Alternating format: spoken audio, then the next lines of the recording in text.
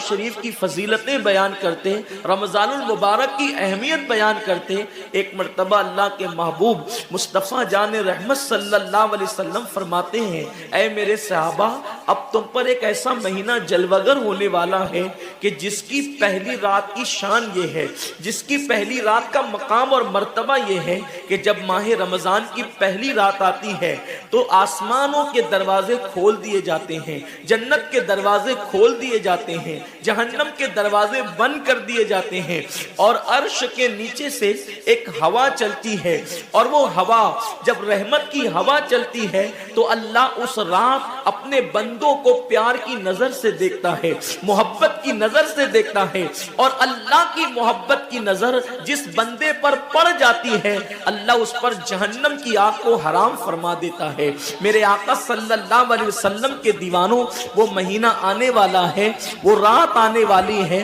وہ شب آنے والی ہے جس رات اللہ اپنے بندوں کو محبت کی نظر سے دیکھے گا، پیار کی نظر سے دیکھے گا، الفت کی نظر سے دیکھے گا۔ میرے پیارے آقا صلی اللہ علیہ وسلم کے پیارے دیوانوں، آپ اندازہ کریں کتنا وہ مقدس بندہ ہے، وہ بندہ مقدر کا سکندر ہے جس کے وجود پر میرے اللہ کی نگاہ رحمت پڑ جائے، میرے کریم کی نگاہ رحمت پڑ جائے۔ ہم کس کس کی نگاہ کے طالب ہوتے ہیں، ہم کس کس کی توجہ کے طالب ہوتے ہیں؟ ہم سوچتے ہیں کہ پیر صاحب کی نگاہ پڑ جائے گی تو میرا بیڑا پار ہو جائے گا۔ یقیناً پیر صاحب کی نظر بڑی قیمتی ہے، دیوان شاہ بابا کی نظر پڑ جائے گی تو میری تقدیر بدل جائے گی۔ یقیناً اللہ کا ولی بڑی شان والا ہے، غوث پاک کی نظر پڑ جائے گی تو میرا بیڑا پار ہو جائے گا۔ اندازہ تو کریں جس پر اللہ کی نگاہ رحمت پڑ جائے، اور وہ رمضان شریف کی پہلی رات میں ہوتا ہے کہ اللہ اپنے بندوں کو پیار کی نظر سے دیکھتا ہے،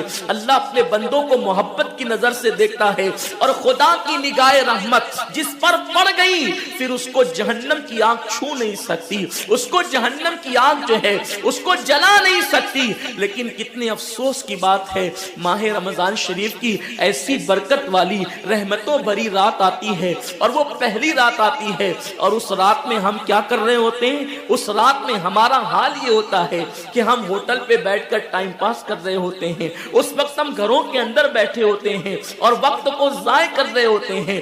اور اب تو حال یہ ہو گیا ہے کہ ساری چیزوں سے تعلق توڑ کر ہم نے سارے رشتے اپنے موبائل سے جوڑ لیے ہیں۔ اس وقت ہمارا سب سے قریبی رشتہ دار اگر کوئی ہے تو وہ اپنا موبائل ہے۔ یہ ہنسنے کی بات نہیں ہے، یہ بہت نقصان کی بات ہے۔ اس قدر قریبی رشتہ، ماں باپ سے بھی زیادہ قریبی رشتہ موبائل سے، باپ سے بھی قریبی رشتہ موبائل سے، بیوی سے بھی زیادہ قریبی رشتہ موبائل سے۔ آپ کہیں گے اتنا قریبی رشتے کی آپ بات کرتے ہیں؟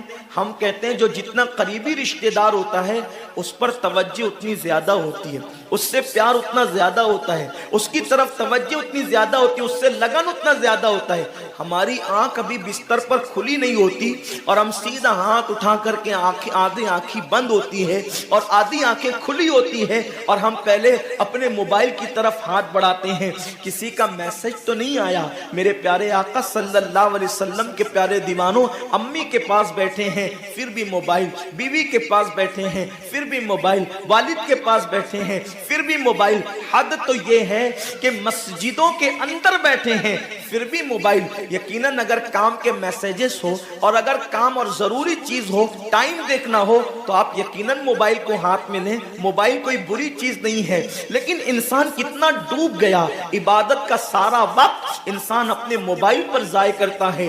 وقت کی قلت، انسان بار بار شکایت کرتا ہے، وقت کی قلت دامنگیر ہے، ٹائم میرے پاس نہیں ہے، وقت میرے پاس نہیں ہے، میں بہت مصروف ہو گیا ہوں، میں بہت بیزی ہو گیا ہوں۔ لیکن اس کو دیکھو کہ رات کے 2-2 3-3 بجے تک کے آن لائن رہتا ہے بلا ضرورت۔ ضرورت ہے تو کوئی بات نہیں، بلا ضرورت۔ میرے آقا صلی اللہ علیہ وسلم کے دیوانوں، موت کی تلوار ہمارے سروں پہ لٹک رہی ہے اور ہمیں جلد سے جلد موت کی تیاری کرنا ہے۔ صوفیہ فرماتے ہیں جیسے سورج غروب ہونے والا ہوتا ہے تو کسان نظر سورج پر رکھتا ہے اور جلدی جلدی کام مٹانے کی کوشش کرتا ہے اس کو یاد ہے یہ بات، اس کے ذہن میں یہ بات کہ آج کا سورج غروب ہونے سے پہلے پہلے میں نے اپنے کام کو مکمل کر دینا ہے، تاکہ کل کا سورج طلوع ہونے کے بعد میں نے پھر بیج بو کر کے آگے کا کام کرنا ہے۔ میرے آقا صلی اللہ علیہ وسلم کے دیوانوں، وہ کسان اگر یہ سورج غروب ہوتے ہوتے مر گیا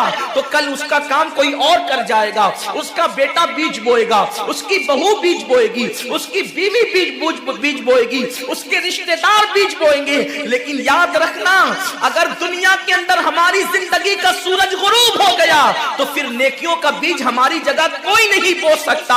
اللہ رب العزت نے کبھی ماہ رمضان کی شکل میں، کبھی شب برات کی شکل میں، کبھی شب قدر کی شکل میں، کبھی اللہ اکبر ماہ شعبان کی شکل میں، کبھی لیلۃ البراء کی شکل میں، کبھی شب معراج کی شکل میں، کبھی لیلۃ الجمعہ کی شکل میں یہ حسین قیمتی لمحات ہمیں اس لیے عطا فرمائے ہیں کہ میرے بندے اگر تو گناہوں کے اندر ڈوب گیا ہے، یہ مخصوص راتیں تجھے دے رہا ہوں، مخصوص دن تجھے دے رہا ہوں، ان راتوں میں میری عبادت کر لے، ان دنوں میں میری عبادت کر کے مجھے راضی کر لے تاکہ میں تیری مغفرت کر دوں۔ اور پھر رمضان شریف کی تو بات ہی جدا ہے۔ ماہ رمضان تمام مہینوں کا سردار ہے۔ میرے آقا مصطفیٰ کریم رؤوف الرحیم صلی اللہ علیہ وسلم فرماتے ہیں ماہ رمضان کو سارے مہینوں پر ایسی فضیلت ہے جیسے مجھ محمد کو تمام مخلوق پر فضیلت حاصل ہے۔ میرے آقا فرماتے ہیں ماہ رمضان شریف میں اگر تم ایک نیکی کرتے ہو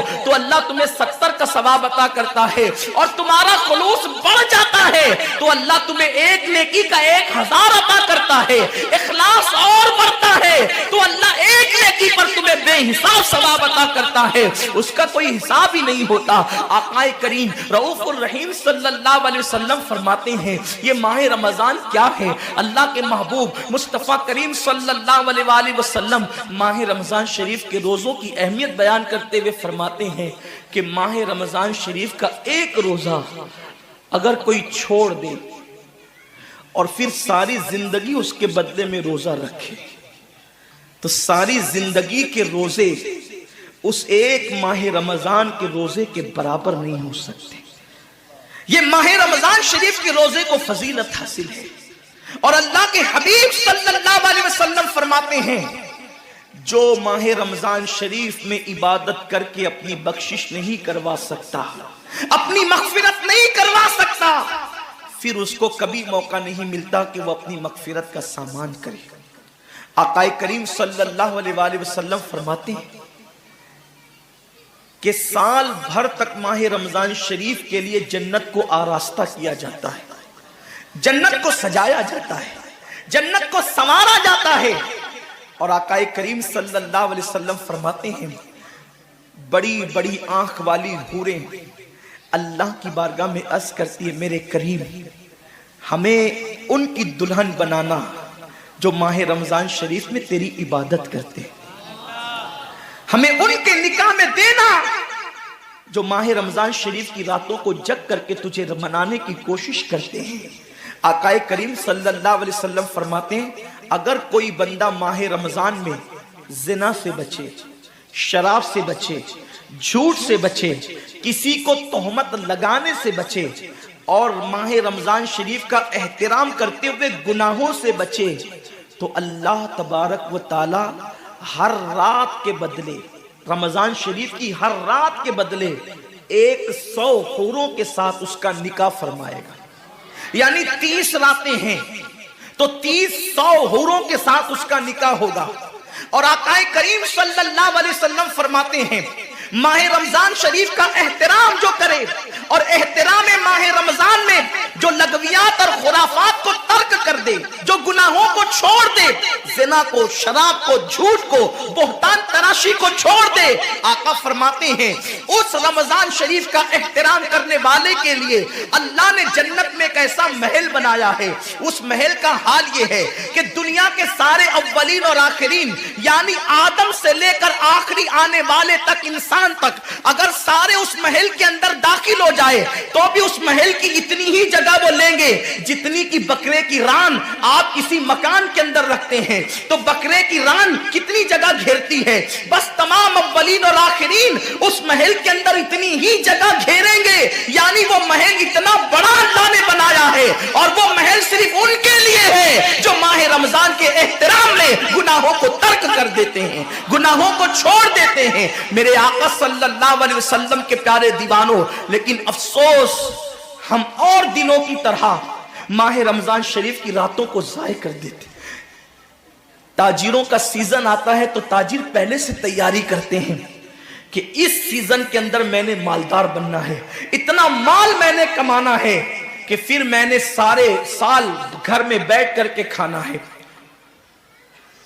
ٹیلر لوگ تیاری کرتے ہیں، عید کے موقع پہ اتنی محنت کریں گے رات دن کہ سال بھر اگر کوئی کسٹمر نہ بھی آئے تو وہ گھر بیٹھ کے آرام سے کھا سکے۔ کپڑے والے سوچتے ہیں کہ سیزن آئے گا، جو بھی سیزن ان کا آتا ہے اتنا کمائیں گے کہ سال بھر بیٹھ کے کھائیں گے۔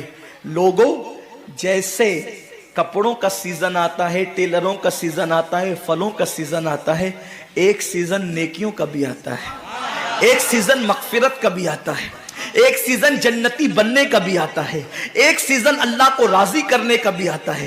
ارے یہ کیا کم ہے؟ میرے رسول سچے نبی صادق و مصدوق نبی نے فرمایا ماہ رمضان کی ہر رات اللہ پہلے آسمان پہ تجلی کرتا ہے اور اللہ اپنے بندے سے پکار پکار کر غروب آفتاب سے لے کر صبح صادق طلوع ہونے تک کہتا ہے میرے بندے اگر تو گنہگار ہے تو مجھ سے معافی طلب کرتا کہ میں تیری مغفرت کر دوں، میں تجھے جنت کا پروانہ عطا کر دوں۔ اگر تو غریب ہے تو مجھ سے دولت مانگتا کہ میں تجھے دولت عطا کر دوں، اگر تو نعمت سے محروم ہے تو نعمت مانگتا کہ میں تجھے نعمت عطا کر دوں۔ یہی وجہ تو ہے حضرات صحابہ کرام جب رمضان شریف آتا تو وہ ایسے تیاریاں کرتے تھے جیسے ہم اپنے گھروں کی شادیوں کی تیاری کرتے ہیں۔ صحابہ اتنے مصروف ہو جاتے رمضان شریف کی تیاریوں میں، اور کیسی تیاری کرتے؟ ہم بھی رمضان شریف کی تیاری کرتے ہیں۔ ہماری تیاری کیا ہے؟ سحری میں تری کے مسالے کو چاہیے، سحری کے اندر یہ چاہیے، سحری میں وہ چاہیے، افطار میں یہ چاہیے، افطار میں وہ چاہیے۔ مجھے اس سے کوئی جو ہے وہ شکوہ نہیں، میرے آقا نے اس سے منع نہیں کیا۔ حضور فرماتے ہیں کہ رمضان شریف میں گھر والوں کا دسترخوان وسیع کر دیا کرو، گھر والوں پہ زیادہ خرچ کیا کرو، اس لیے کہ جو گھر والوں پہ رمضان شریف میں خرچ کرتا ہے اللہ اس کو اپنی راہ میں خرچ کرنے کا ثواب عطا کرتا ہے۔ اور فاروق اعظم فرماتے ہیں جو رمضان شریف میں کشادگی کرے گھر والوں پر اللہ اسے جہاد میں خرچ کرنے کا ثواب عطا کرتا ہے۔ مجھے اس سے کوئی شکوہ نہیں، لیکن صحابہ کی تیاری کیا ہوتی تھی؟ جب رمضان شریف آتا صحابہ اپنے بستر کو باندھ دیا کرتے تھے۔ رمضان شریف آتا تو صحابہ بستر کو باندھ دیتے تھے۔ کیوں باندھ دیتے تھے بستر کو؟ اس لیے کہ اب سونا نہیں ہے، سونے کی راتیں 11 مہینے کی راتیں ہیں، اب غفلت میں زندگی نہیں گزارنا ہے، بلکہ راتوں کو جگ کر دن کو جگ کر اللہ کی اتنی عبادت کرنا ہے کہ عبادت کا سیزن آ گیا۔ اس لیے کہ اللہ کے رسول فرماتے ہیں جس نے رمضان شریف پایا اور عبادت کر کے اللہ کو راضی نہیں کر لیا ایسا بندہ ہمیشہ اللہ کی رحمت سے دور کر دیا جائے۔ اس لیے صحابہ رمضان شریف کی تیاری کرتے تھے، بستر باندھ دیتے تھے، اور اپنا معمول کیا ہے؟ جو فجر میں سوئیں گے تو وہ عصر میں اٹھیں گے، رات بھر جاگیں گے کرکٹ کھیلتے ہوئے، رات بھر جاگیں گے گلیوں میں گھومتے ہوئے۔ میرے آقا صلی اللہ علیہ وسلم کے دیوانوں، بہت قیمتی وقت آ رہا ہے، بہت قیمتی مہینہ آ رہا ہے۔ یہ وہ مہینہ ہے جو جہنمیوں کو جنتی بناتا ہے۔ آقا کریم صلی اللہ علیہ وسلم فرماتے ہیں ہر افطار کے وقت اللہ 60,000 ایسے جہنمیوں کو جہنم سے آزاد کر کے جنتی بناتا ہے جن کا جہنمی ہونا واجب ہو گیا تھا۔ اور ایک مقام پہ فرماتے 5 لاکھ جہنمیوں کو ہر افطار کے وقت جہنم سے آزاد کیا جاتا ہے۔ اور اسی پہ بس نہیں، حضور فرماتے ہیں جب شب جمعہ آتی ہے ماہ رمضان کی، جمعرات کا سورج غروب ہوتا ہے، تو جمعہ کا سورج غروب ہونے سے پہلے تک ہر سیکنڈ میں 5 لاکھ جہنمیوں کو جہنم سے آزاد کیا جاتا ہے۔ اور جب جمعہ کا آخری وقت آتا ہے، آخری ساعت آتی ہے، میرے کریم آقا فرماتے ہیں جمعرات کا سورج غروب ہونے سے لے کر جمعہ کا سورج غروب ہونے تک ہر لمحے میں جو 5-5 لاکھ کو آزاد کیا گیا تھا، اب آخری سیکنڈ میں جو غروب کا وقت ہوتا ہے جتنے آزاد کیے گئے تھے اتنوں کی تعداد کے برابر اس آخری ساعت کے اندر اللہ اپنے جہنمی بندوں کو جہنم سے آزاد کر دیتا ہے۔ کتنا قیمتی وقت ہوتا ہے، افطار کا وقت کتنا قیمتی ہے، سحری کا وقت کتنا قیمتی ہے، لیکن اس وقت بھی ہم کہاں لگے ہوتے۔ اب تو لوگوں نے ٹی وی چینلوں پر پروگرامات شروع کر دیے، دینی پروگرامات۔ مجھے دینی پروگرامات اگر ٹی وی پہ نشر ہوتے ہیں تو اس سے کوئی اختلاف نہیں ہے، لیکن آپ سے یہ عرض کرنا چاہتا ہوں کہ دین سیکھنے کا بھی کوئی وقت ہوتا ہے۔ اگر آپ سحری کے قیمتی لمحات میں ٹی وی کا منہ پکڑ کر بیٹھے ہیں تو آپ دعا کب کریں گے؟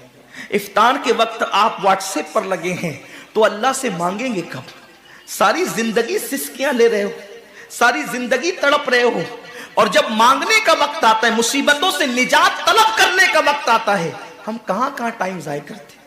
حضرت سیدہ ام ہانی رضی اللہ تعالیٰ عنہ فرماتی ہیں کہ میں نے اپنے کریم آقا صلی اللہ علیہ وسلم سے سنا، اللہ کے رسول صلی اللہ علیہ وسلم نے فرمایا اس وقت تک میری امت ذلیل نہیں ہوگی، اس وقت تک میری امت رسوا نہیں ہوگی جب تک وہ ماہ رمضان کا احترام کرتی رہے گی۔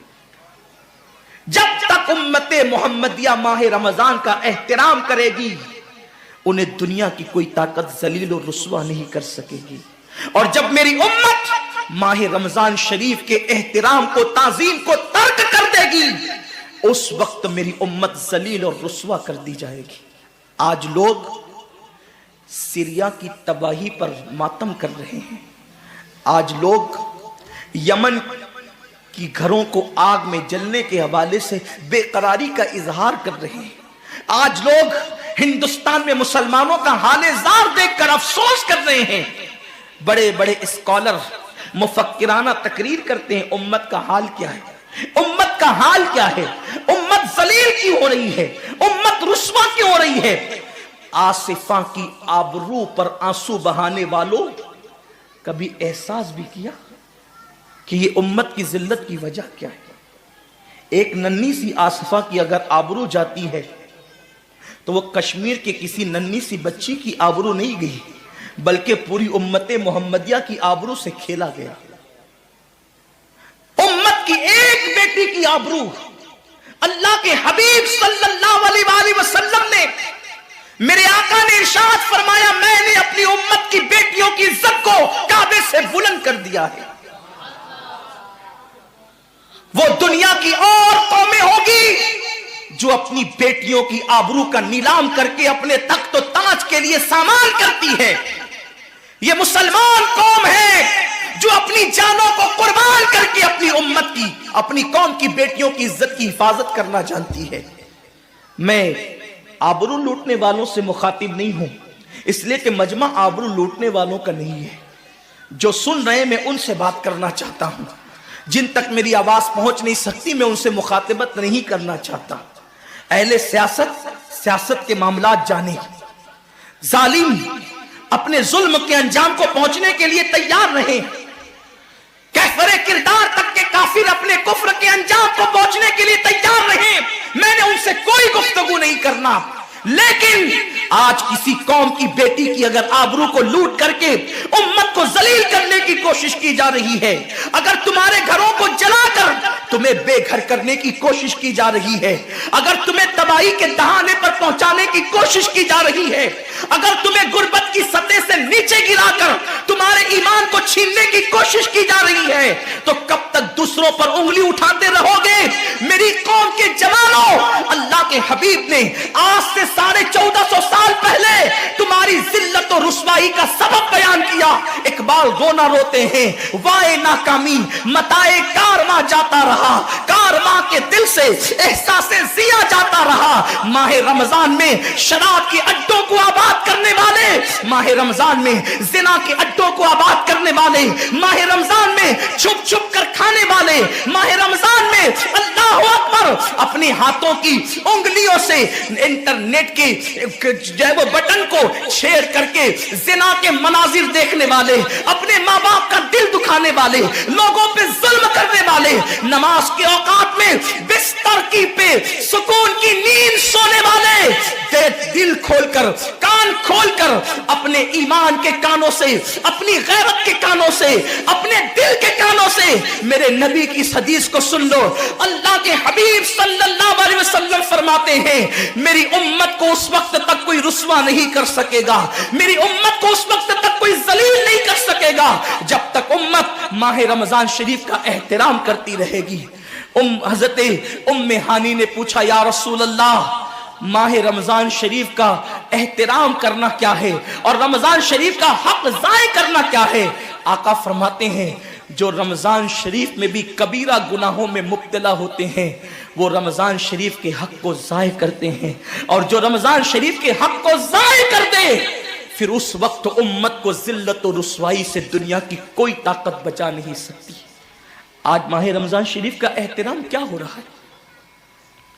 کل تک کے مسلمان اور دنوں میں گناہ کرتے تھے، لیکن رمضان شریف آتا تھا تو کم سے کم فلمیں لوگ دیکھنا بند کر دیتے تھے، داڑیاں مڈانا بند کر دیتے تھے، مسجدوں کو آباد کرنا شروع کر دیتے تھے۔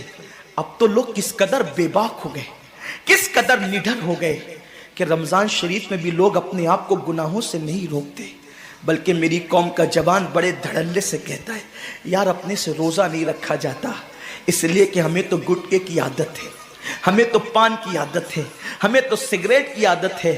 شرم کرو، شرم کرو، نبی کے نام پہ جان قربان کرنے کی بات کرنے والوں، جو نبی کے نام پر 12-16 گھنٹے بھوکے اور پیاسے نہ رہ سکے وہ نبی کے نام پہ جان کیا قربان کر سکتے؟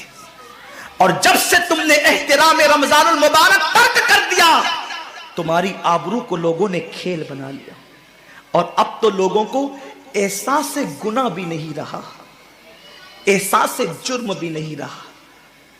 گناہ کے ساتھ اگر احساس گناہ انسان کی زندگی میں ہے تو انسان اپنے آپ کو گناہوں سے بچا لیتا ہے، لیکن اب ہمارے اندر احساس گناہ نہیں، اب تو ہم گناہ کو ہنر سمجھتے ہیں، اب تو ہم گناہوں کو فیشن سمجھتے ہیں۔ احساس گناہ کیا ہے؟ اگر انسان گنہگار ہو اور احساس گناہ بھی ہو تو وہ ایک نہ ایک دن سدھر جاتا ہے، وہ ایک نہ ایک دن سنور جاتا ہے۔ ہمارے پاس احساس گناہ ختم ہو گیا۔ آئیے بتاؤں احساس گناہ کتنی قیمتی چیز ہے۔ رمضان شریف میں کھا رہے ہیں، پی رہے ہیں، بلکہ مسلمانوں کی ہوٹلیں بند ہے تو غیر مسلموں کی ہوٹلوں میں کھا رہے ہیں، چھپ چھپ کر گھروں میں کھا رہے ہیں۔ لوگوں سے چھپ کر کھانے والوں، جو تیرا کچھ نہیں بگاڑ سکتا تو اس انسان سے چھپ کر کے کھا رہا ہے۔ جو خدا تجھے سزا دے گا کیا تو اس کی نگاہوں سے بھی چھپ سکتا ہے؟ اور روزے بھی کیا روزے رہ گئے، اب تو روزے بھی رسم بن گئے۔ جو روزے رکھتے ہیں رمضان شریف میں ان کو روزہ رکھنے کی عادت ہے، وہ روزے کو عبادت نہیں سمجھتے۔ جو روزہ عادت بن جائے وہ نجات نہیں دلا سکتا، جو روزہ عبادت بن جائے وہ نجات دلا سکتا۔ ایک تو روزے کی عادت ہے اور ایک تو روزہ عبادت ہے۔ روزہ عادت اور عبادت میں فرق کیا ہے؟ عادت یہ سب نے رکھا ہم بھی رکھ لیں، یہ عادت ہے۔ نہ رکھیں گے تو کیا جواب دیں گے، یہ عادت ہے۔ نہ رکھیں گے تو لوگ تانا دیں گے، عادت ہے۔ پھر روزہ عبادت کیا ہے؟ روزہ عبادت یہ ہے کہ اللہ نے روزہ رکھنے کا حکم دیا ہے اور مصطفیٰ جان رحمت نے روزے کا حق یہ بتایا ہے اگر تو روزہ رکھے تو صرف بھوکا پیاسا نہ رہے بلکہ تیرا ہاتھ بھی روزے دار رہے، تیری زبان بھی روزے دار رہے، تیری آنکھ بھی روزے دار رہے، تیرا پیر بھی روزے دار رہے، تیرا کان بھی روزے دار رہے۔ کان روزے دار اس طرح کہ کان اللہ کے ممنوع کردہ چیزوں کو نہ سنے، ہاتھ روزے دار اس طرح ہاتھ اللہ کے منع کردہ کاموں کو نہ کرے، زبان روزے دار اس طرح کہ زبان اللہ کی ممنوع کردہ چیزوں کو ادا نہ کرے، پیر روزے دار اس طرح کہ پیر اس جگہ چل کر نہ جائے جہاں اللہ نے جانے سے منع کیا ہے۔ جب تو ان سارے اعضاء کو روزے دار بناتا ہے تو ایسے روزے کے معاملے میں میرا اللہ فرماتا ہے روزہ میرے لیے ہے اور میں ہی اس کی جزا ہوں۔ ہر عمل کی جزا جنت ہے، روزے کی جزا خدا کی ذات ہے۔ اسی لیے آقا فرماتے ہیں روزے دار کو دو خوشی ہے، ایک تو افطار کے وقت، دوسرا لقائے رحمان کے وقت، خدا کی زیارت کے وقت۔ صحابہ نے پوچھا آقا ہم اللہ کی زیارت کیسے کریں گے؟ آقا فرماتے ہیں جیسے تم آسمان پہ چاند دیکھتے ہو بلا تمثیل، اسی طرح تم خدا کی زیارت کیا کرو گے۔ یہ روزے داروں کی شان ہے۔ آج کے روزے کیا ہے؟ جس میں جھگڑا، جس میں غیبت، جس میں چگلی، جس میں فساد۔ روزے کو عادت مت بناؤ، روزے کو عبادت بناؤ۔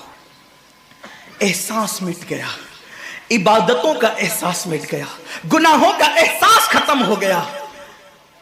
جب تک کہ لوگوں میں گناہوں کا احساس زندہ تھا وہ عبادت کر کے بھی اللہ سے ڈرتے تھے، وہ عبادت کر کے بھی رب کی بارگاہ میں آنسو بہاتے تھے کہ مولا میں تو حق ادا نہ کر سکا۔ لیکن آج احساس نہیں ہے، اس لیے لوگ ہنستے ہنستے افطار کرتے ہیں۔ حالانکہ صحابہ کا معمول تھا جب افطار کا وقت آتا وہ ہاتھوں کو اٹھا کر کے روتے اور کہتے مولا روزہ تو چلا گیا لیکن روزے کا حق نہ ادا ہو سکا، آنسو بہاتے ڈرتے۔ لیکن آج ایسا کچھ بھی نہیں ہے، ہماری ساری نیتیں تو دسترخوان پہ لگی ہوتی ہے افطار کے وقت۔ آئیے ایک بات نکل آئی، احساس گناہ۔ کیا ہے احساس گناہ؟ آقا نے فرمایا نا کہ جب رمضان شریف کا حق ضائع کر دو گے تو اللہ تم سے عزت کو چھین لے گا، تم ذلیل و رسوا ہو جاؤ گے۔ احساس ختم ہے گناہ کا، اسی لیے رمضان شریف میں بھی گناہ کرتے ہیں، اور گناہ کر رہے ہیں تو ذلیل ہو رہے ہیں۔ احساس کسے کہتے ہیں؟ احساس یہ ہے کہ میں نے کیا کیا، چھوٹے سے گناہ کو بڑا سمجھنا میں نے کیا کیا۔ ایک خاتون بارگاہ رسالت میں آئی اور عرض کیا یا رسول اللہ مجھ سے زنا ہو گیا ہے، میں نے بہت بڑا جرم کر لیا ہے، آپ مجھ پہ حد لگا دیں، حد جاری کر دیں تاکہ میں گناہ سے پاک ہو جاؤں۔ اللہ کے حبیب نے احساس گناہ دیکھ کر کے فرمایا کہ جا ابھی تیرے پیٹ میں بچہ ہے، تیرے جرم کی سزا تیرے پیٹ کے بچے کو نہیں دی جا سکتی، اگر تجھ پہ حد لگے گی تو وہ بچہ بھی ختم ہو جائے گا، جب بچہ پیدا ہو جائے اس کے بعد آنا۔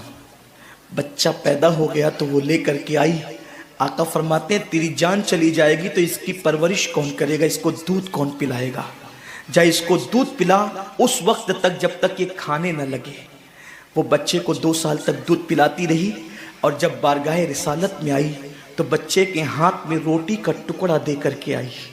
بچہ روٹی کھا رہا تھا، عرض کی آقا مجھ پہ حد جاری کریں تاکہ میرا گناہ جو میرے دامن پہ لگا ہے وہ دھل جائے۔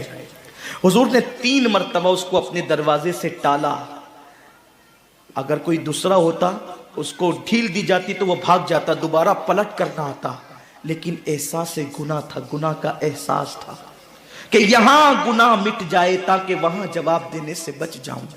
اس خاتون نے 3 مرتبہ حاضری دی، حضور اب میرا بچہ روٹی کھانے لگا ہے، مجھ پہ حد لگا دے تاکہ میں پاک ہو جاؤں۔ اللہ کے حبیب نے فرمایا اللہ کی بندی جب اللہ نے تیرے جرم پہ پردے ڈال دیے تھے تو تو نے اظہار جرم کیوں کیا؟ اب چونکہ تو جرم کا اظہار کر چکی ہے، اقبال گناہ کر چکی ہے، اب تجھ پہ حد لگائی جائے گی۔ اور اس کو سنگسار کر دیا گیا۔ جب وہ مر چکی اور اس کو دفن کر دیا گیا تو کسی نے کہا کتنی بدبخت تھی وہ عورت جس نے رسول پاک کے دور میں منہ کالا کیا۔ میرے نبی نے فرمایا تو اس کا گناہ دیکھتا ہے، تو اس کا احساس گناہ نہیں دیکھتا۔ اس نے ایسی توبہ کی ہے، اگر اس کی توبہ 70 جہنمیوں پہ تقسیم کی جاتی تو اللہ ان کو بھی جنت عطا فرما دیتا۔ آقا کریم صلی اللہ علیہ وسلم فرماتے ہیں جو رمضان شریف میں گناہ کبیرہ کرتے ہیں، اب گناہ کبیرہ کی بہت بڑی تعریف ہے، اس کو نہیں بیان کروں گا، لیکن جو گناہ کبیرہ بڑا گناہ کرتے ہیں، پہلی بات تو چونکہ میرا مسلک صوفیہ ہے، صوفیہ سے کسی نے پوچھا کہ گناہ بڑا کیا ہے؟ امام غزالی فرماتے ہیں نہ کوئی گناہ چھوٹا ہے نہ کوئی گناہ بڑا ہے، بات تو یہ ہے جس گناہ پر خدا تیری پکڑ کر لے وہی گناہ سب سے بڑا ہے، اور جس نیکی پر خدا تجھے بخش دے وہی نیکی سب سے بڑی ہے۔ کسی گناہ کو چھوٹا سمجھ کے مت کرو، پتہ نہیں وہ کس گناہ پہ ناراض ہو جائے۔ تو اللہ اللہ کے حبیب صلی اللہ علیہ وآلہ وسلم فرماتے ہیں جو رمضان شریف میں بڑا گناہ کبیرہ گناہ کرتے ہیں سال بھر تک فرشتے اس پہ لعنت کرتے رہتے ہیں، اور اگر اسی سال اس کو موت آ جائے، اسی سال جس نے ماہ رمضان میں گناہ کبیرہ کیا تھا، اس نے بڑا گناہ کیا تھا، اب بڑے بڑے گناہوں کو گنایا گیا، مثال کے طور پر کسی عورت پر غلط نیت سے نظر ڈالنا یہ گناہ کبیرہ ہے، جھوٹی قسم کھانا یہ گناہ کبیرہ ہے، ناپ تول میں کمی کرنا یہ گناہ کبیرہ ہے، کسی کو دیکھ کر اس کا مذاق اڑا کے دل دکھانا یہ گناہ کبیرہ ہے، کسی کی امانت میں خیانت کرنا یہ گناہ کبیرہ ہے، ماں باپ کا دل دکھانا یہ گناہ کبیرہ ہے، کفر کرنا یہ گناہ کبیرہ ہے، بلکہ اکبر الکبائر ہے۔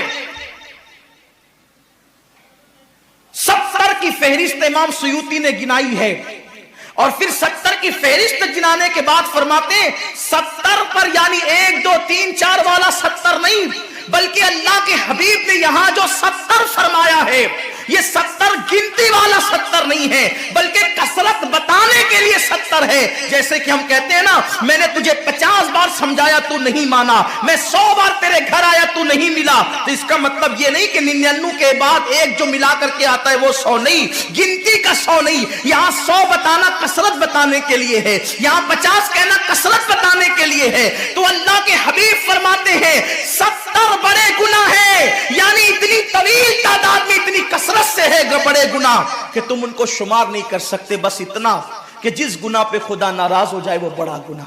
تو جس نے رمضان شریف میں قصدن بڑا گناہ کیا، قصدن، نماز کو چھوڑنا بھی گناہ کبیرہ ہے، نماز کو ترک کرنا بھی گناہ کبیرہ ہے۔ میرے آقا صلی اللہ علیہ وسلم کے دیوانوں، کھیل کود میں وقت کو ضائع کرنا، وقت کا ضیاع، یہ بھی گناہ کبیرہ ہے۔ آقا فرماتے ہیں جس نے رمضان شریف میں گناہ کبیرہ کیا، اس رمضان سے لے کر آنے والے رمضان شریف تک فرشتے اس پہ لعنت کرتے۔ یہ لعنت کیا ہے؟ لعنت سمجھتے ہیں؟ لعنت کا مطلب یہ ہے جس پہ لعنت پڑی وہ ہمیشہ کے لیے اللہ کی رحمت سے دور ہو گیا۔ انسان کی لعنت کیا ہے؟ انسان کی لعنت، ایک جانور پر حضور علیہ الصلوۃ والتسلیم کسی صحابی کے جانور پر بیٹھے تھے، وہ دھیرے چل رہا تھا، کسی نے کہہ دیا کہ اس پہ لعنت ہو یہ دھیرے چلتا ہے، حضور علیہ السلام نے اس جانور کے نیچے اتر کر فرمایا جس پہ لعنت کر دی گئی میں اس جانور پہ سواری نہیں کر سکتا۔ یہ ایک انسان کی لعنت کا اثر ہے، جس پہ معصوم فرشتے لعنت کرے اس کا انجام کیا ہوگا، وہ بھی 1 2 لعنت نہیں۔ رمضان شریف کو چھوٹا مت سمجھیے، 1 کے 70 پر آپ کی نظر ہے، گناہ نیکیوں کی کثرت پہ آپ کی نظر ہے، گناہوں کی تباہی پہ آپ کی نظر نہیں ہے۔ اللہ کے رسول صلی اللہ علیہ وسلم نے فرمایا جیسے ماہ رمضان شریف میں نیکیوں کا درجہ بڑھ جاتا ہے، ویسے ماہ رمضان شریف میں گناہوں کا بھی معاملہ بڑھ جاتا ہے۔ یعنی اگر رمضان شریف میں تم 1 گناہ کرو گے تو اور دنوں کے اندر جو گناہ کرتے تھے اب اس گناہ سے زیادہ تمہیں عذاب دیا جائے گا، کیونکہ آپ نے ماہ رمضان کی حرمت کو پامال کیا ہے، آپ نے ماہ رمضان شریف کی عزت کو پامال کیا ہے۔ تو سوچو انسان کی لعنت پڑے، یہ حال ہے۔ تو جس پہ فرشتوں کی، وہ بھی 1 2 نہیں، پورے سال تک فرشتے لعنت کرتے ہیں۔ اور اللہ کے نبی صادق و مصدوق نبی نے فرمایا کہ اگر وہ اسی سال رمضان شریف آنے سے پہلے مر جائے تو اس کے پاس کوئی نیکی نہیں ہوگی جو اس کو جہنم کی آگ سے بچا سکے، اور اس کا ٹھکانہ تو جہنم ہی ہوگا۔ خدا کے لیے اپنے حال پہ رحم کرو، اپنے آپ کو جہنم کا ایندھن مت بناؤ۔ ہمارا جسم اتنا طاقتور نہیں ہے کہ ہم اپنے جسم پر جہنم کے عذاب کو برداشت کر سکے۔ میری قوم کے جوانوں، اپنی جوانی پہ اترانے والوں، اپنی قوت پہ ناز کرنے والوں، اللہ کے رسول صلی اللہ علیہ وسلم فرماتے ہیں کہ جہنم کی آگ کی ایک چنگاری اگر دنیا کے سمندر میں ڈال دی جائے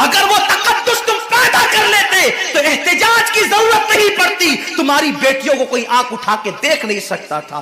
ہم ہندوستان میں جو پہلی مرتبہ آئے تھے، قرآن پڑھنے نہیں آئے تھے، قرآن پڑھانے نہیں آئے تھے، اذان دینے نہیں آئے تھے، نماز پڑھانے نہیں آئے تھے۔ اگر تاریخ اسلامی کا جائزہ لو تو پتا چلتا ہے ہم پہلی مرتبہ جو ہندوستان آئے تھے صرف ایک بیٹی کی عزت کی حفاظت کے لیے آئے تھے۔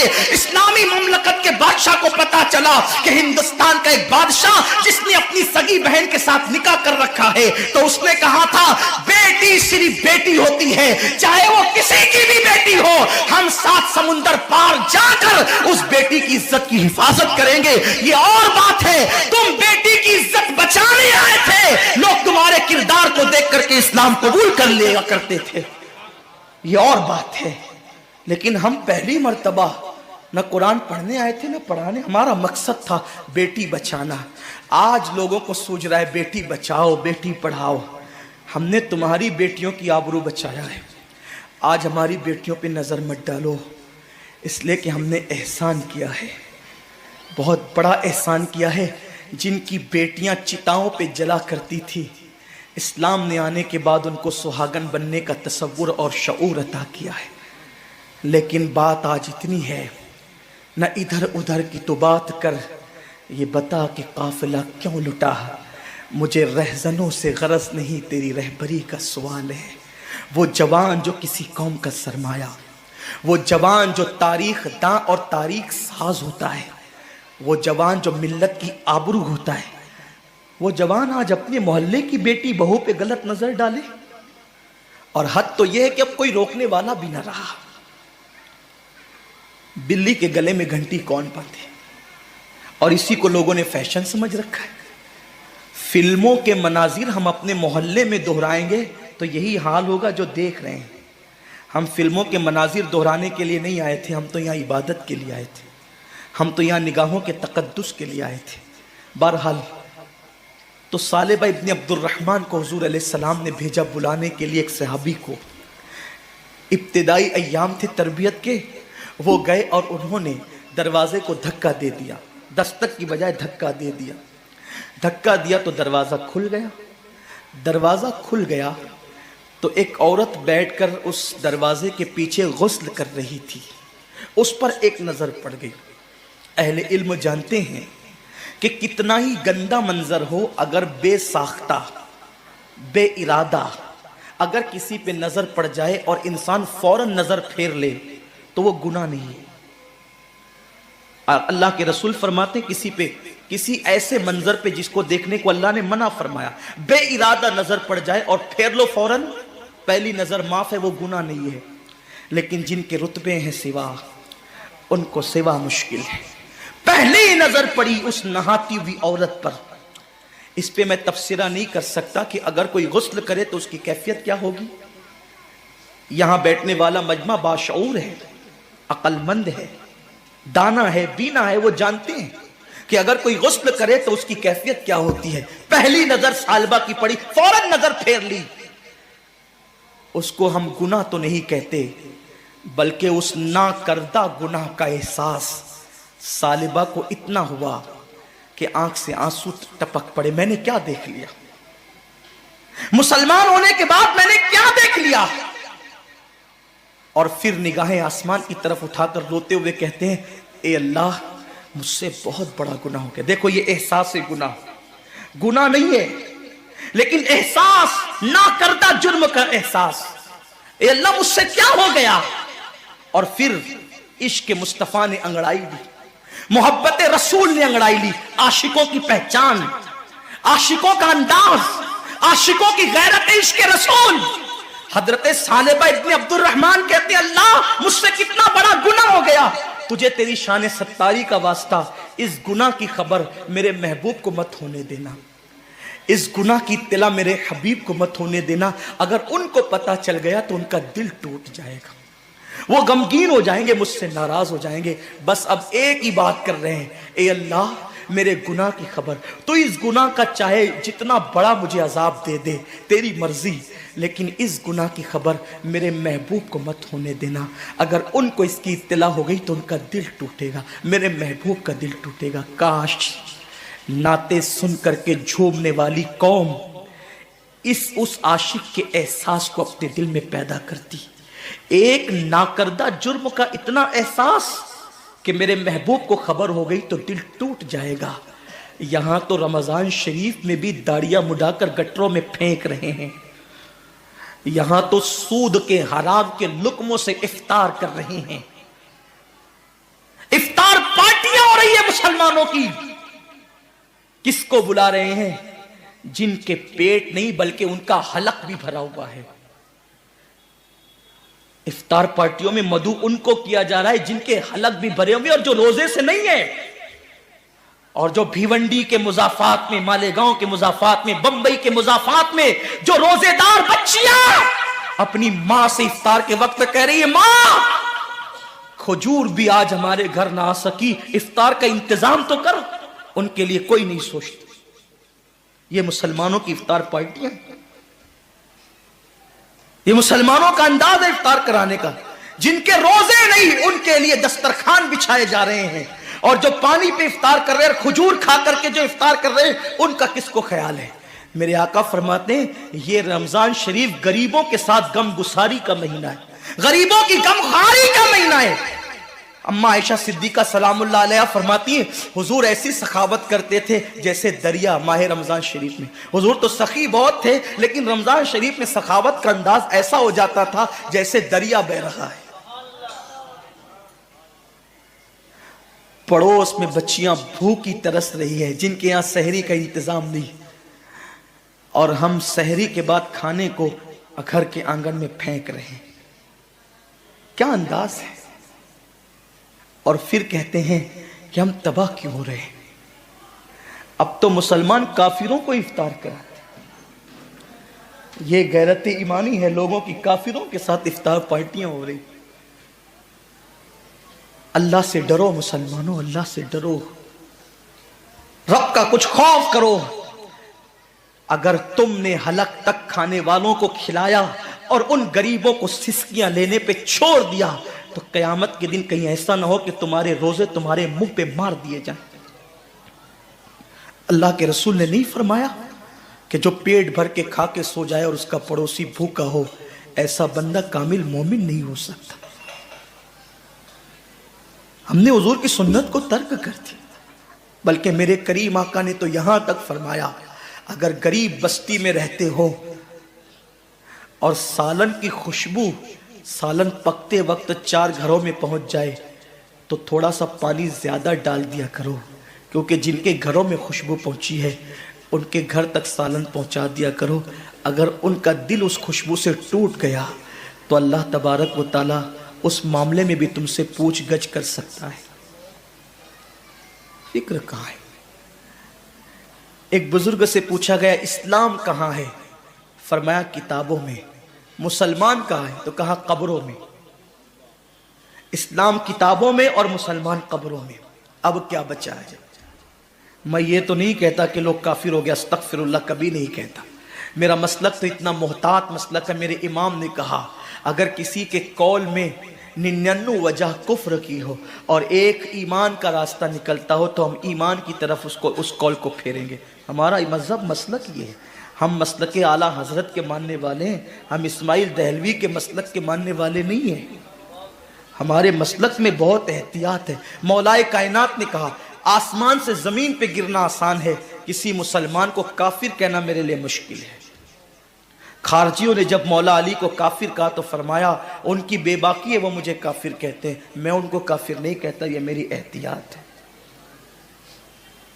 میں آپ کو کافر کہنے استغفر اللہ کبھی بھی نہیں کہہ سکتا، تصور نہیں کر سکتا، بلکہ خدا کی عزت کی قسم اپنے دل کے جذبات پیش کروں کہ جب ہم ممبر پہ بیٹھ کر کے خطاب کرتے ہیں تو یہ سوچ کے کرتے ہیں کہ ہم اپنے مخدوموں کو خادم کی حیثیت سے سبق سنا رہے ہیں۔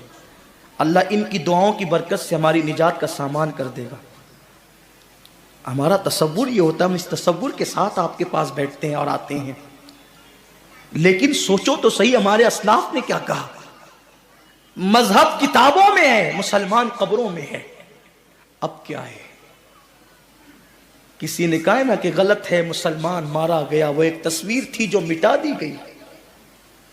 کہیں ہم تصویر مسلم تو نہیں بن گئے. ثعلبہ ابن عبد الرحمن عرض کرتے اللہ جتنا بڑا چاہے تو مجھ پہ عذاب ڈال دے، لیکن میرے محبوب کو اس کی اطلاع نہیں ہونے دے. حالانکہ یہ ان کی عشق کی بولی تھی، ورنہ عالم ما کان وما یکون سے کیا چھپ سکتا تھا. جس کی نگاہوں سے خدا کی ذات نہ چھپی، اس کی نگاہوں سے کس کے اعمال چھپ سکتے تھے. وہ تو شاہد ہے، شہید ہے، وہ بصیر ہے، وہ عالم ما کان وما یکون ہے.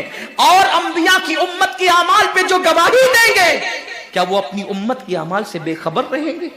میرے امام نے کہا ہے فریاد امتی جو کرے حال زار میں، ممکن نہیں کہ خیر بشر کو خبر نہ ہو. واللہ وہ سن لیں گے، فریاد کو پہنچیں گے. اتنا تو ہو کوئی کہ آہ کرے دل سے.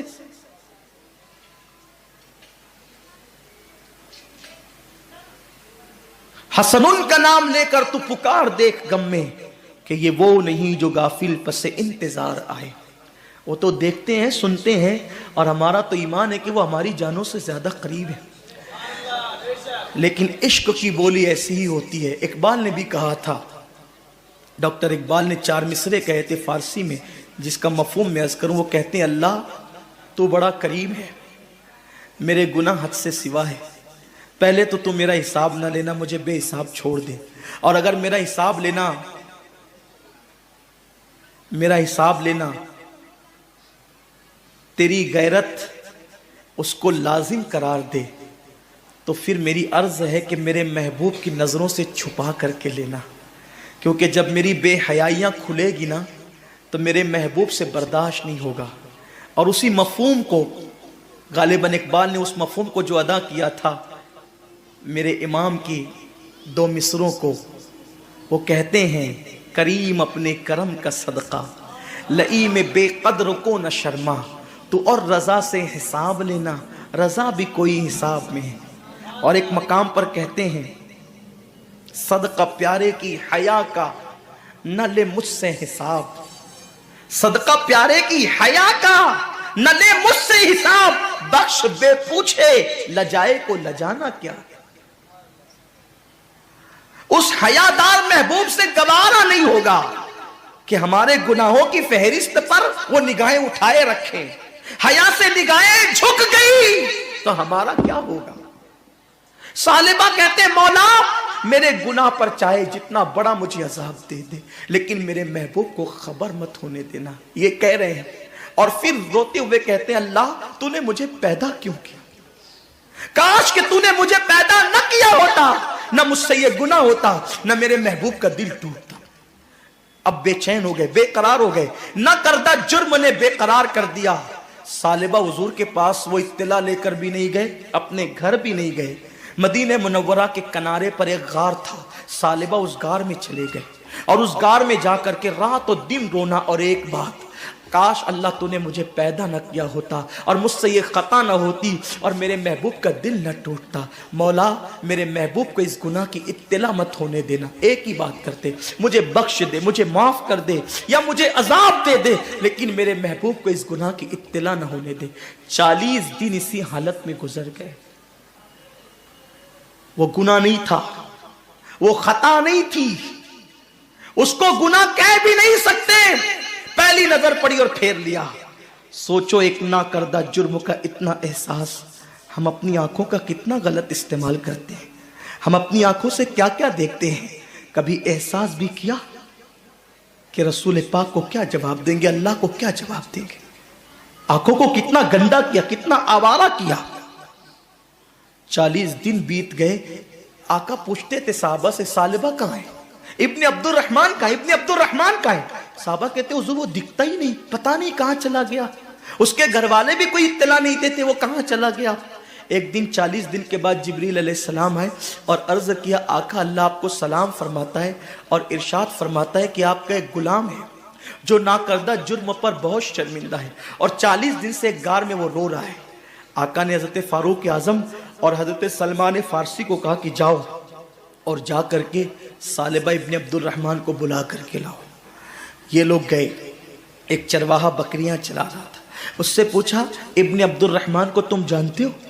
اس نے کہا میں کسی ابن عبد الرحمن کو نہیں جانتا، کسی ثعلبہ کو نہیں جانتا، بس اتنا جانتا ہوں ایک جوان ہے جس کے دل میں جہنم کا بڑا خوف ہے، اللہ کا بڑا خوف ہے، اور اللہ نے اس کو جہنم سے آزاد کر دیا ہے۔ فاروق اعظم نے کہا تجھے کیسے پتا چلا؟ تو کہا وہ رات کے آخری پہر میں غار سے نکلتا ہے، سر پہ ہاتھ رکھتا ہے اور آسمان کی طرف نظریں اٹھا کے کہتا ہے اللہ کاش کہ تو نے مجھے پیدا نہ کیا ہوتا، نہ مجھ سے یہ گناہ ہوتا، نہ میرے محبوب کا دل ٹوٹتا، مجھے معاف کر دے یا سزا دے دے، لیکن میرے محبوب کو اس کی اطلاع مت ہونے دینا، اگر میرے اس گناہ کی خبر میرے حبیب کو ہو گئی تو ان کا دل ٹوٹ جائے گا۔ وہ یہ کہتا ہے۔ فاروق اعظم نے حضرت سلمان سے کہا سلمان ہم جس کو ڈھونڈنے آئے تھے وہ مل گیا۔ چرواہے سے کہا وہ کہاں ہے؟ کہا میں اس غار کو نہیں جانتا، اگر ملنا ہے آخری پہر کا انتظار کرو، وہ رات کے آخری حصے میں آتا ہے۔ فاروق اعظم انتظار کرنے لگے، رات آخری آ گئی، وہ پھر روتے ہوئے آئے، سر پہ ہاتھ رکھا، اسی طرح روتے رہے اور مچلتے رہے۔ فاروق اعظم گئے، ان کو اپنے سینے سے لگایا، ثعلبہ ثعلبہ کیا حال کر رکھا ہے؟ فاروق اعظم نے گلے سے لگایا اور جب کہا تو نے کیا حال کر رکھا ہے؟ کہا عمر مجھ سے بہت بڑا گناہ ہو گیا۔ کہا کہ چل تجھے حضور بلاتے ہیں۔ اتنا سننا تھا کہ پورا وجود کانپنے لگا۔ عمر میرے گناہ کی میرے محبوب کو خبر ہو گئی، حضور کو پتا چل گیا میرے گناہ کا؟ فاروق اعظم کہتے ہیں مجھے کچھ نہیں پتا، حضور نے کہا تھا بلا لاؤ تو میں تمہیں بلانے آیا ہوں۔ اللہ اکبر، قربان جائیں، کیا عشق ہے، کیا احساس ہے، کیا ندامت ہے، کیا شرمندگی ہے، عاشقوں کی پہچان یہ ہے۔ آج تو جب ہمارے درمیان یہ بات بیان ہوتی ہے نا کہ قبر میں ہم حضور کی زیارت کریں گے، میری قوم نعرے لگاتی ہے، عاشقوں کا کلیجہ منہ کو آتا تھا یار کہ قبر میں حضور کی زیارت ہوگی، حضور کا سامنا ہم کیسے کریں گے؟ اتنے پاپ کرتے ہیں، حضور کا دل دکھاتے ہیں، حضور کو اذیت پہنچاتے ہیں۔